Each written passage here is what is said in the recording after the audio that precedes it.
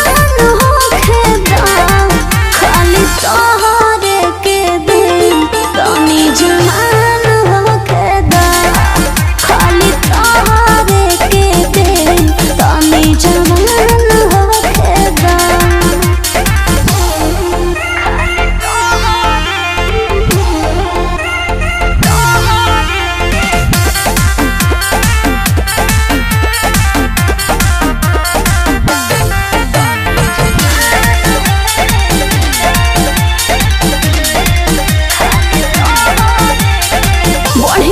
सबर माल मिली ताजा थोड़ा सबर करे बुलेट राजा होना के खिलौना मत बुझो डाली दाना होई खा जाना के करो नजर में आ जाई हमार सबर वाला फल कोनो दूसरे खा जाई।